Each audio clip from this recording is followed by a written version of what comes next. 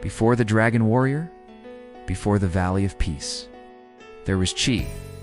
It is an energy older than Kung Fu itself. It's an ancient force flowing through every living thing. The grass, the rivers, the mountains, and us is the river that connects body, spirit, and destiny.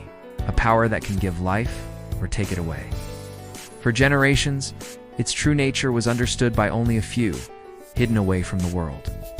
Long, long ago, in a time shrouded by mist and memory, pandas lived in perfect harmony, nestled deep within hidden mountains, far from the eyes of the world. They weren't warriors of conquest, and they didn't forge weapons of steel. Their strength came from a different source. They were guardians of balance. Through laughter, stillness, and unbreakable unity, they discovered the secret of Qi. They learned to share this life force, not to hoard it. They used it to heal the sick, to nurture the land, and to create a sanctuary of pure peace. For them, Qi wasn't a weapon. It was a gift, a communal wellspring of life that connected them all as one. Their village was a testament to the idea that true power is found not in taking, but in giving. But where there is light, a shadow is always cast. Not all who discovered the power of Qi sought balance. General Kai, a name once synonymous with heroism, fought side by side with a young Master Oogway. They were brothers in arms, their bond forged in the crucible of countless battles, protecting China from every threat. Together, they were unstoppable.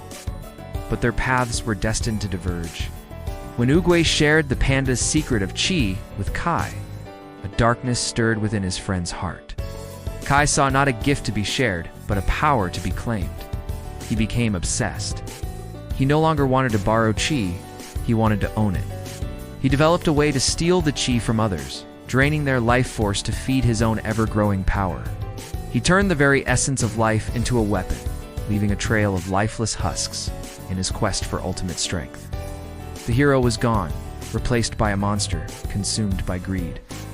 Oogway knew he had to confront the friend he once called brother.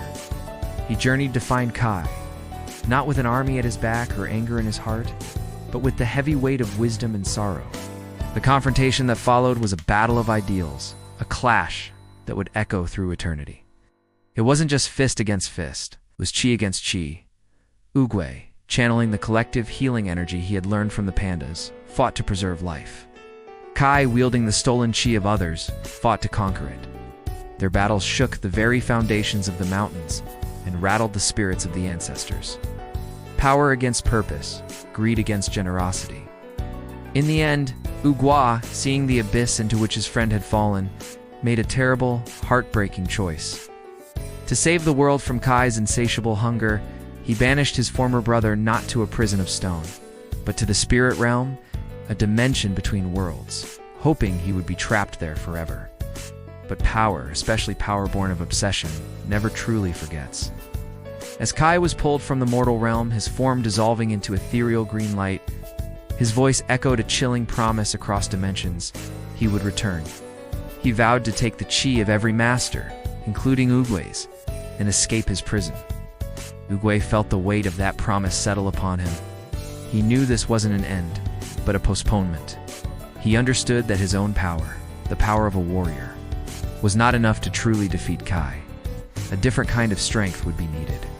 And so, Oogway knew, one day, a true master of Qi would have to rise, a warrior who could face what he could not. Someone who understood that the greatest power comes not from taking, but from knowing who you are. So, the age of Qi faded into the mists of time, becoming a whispered legend, a story told to frighten young Kung Fu students. The Panda Village, the source of this incredible knowledge, disappeared, its location lost to the world. Its people believed to be gone forever. The world moved on, and Kung Fu became a practice of physical skill and discipline, its spiritual roots forgotten by most. Destiny, however, has a long memory. The prophecy of Kai's return lingered, a dormant seed waiting for the right moment to sprout. And destiny waited, patiently, for a clumsy, noodle-loving panda who would accidentally stumble his way into changing everything.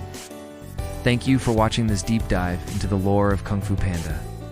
If you enjoyed this story, be sure to like, subscribe, and hit that notification bell for more legends from your favorite worlds. See you next time.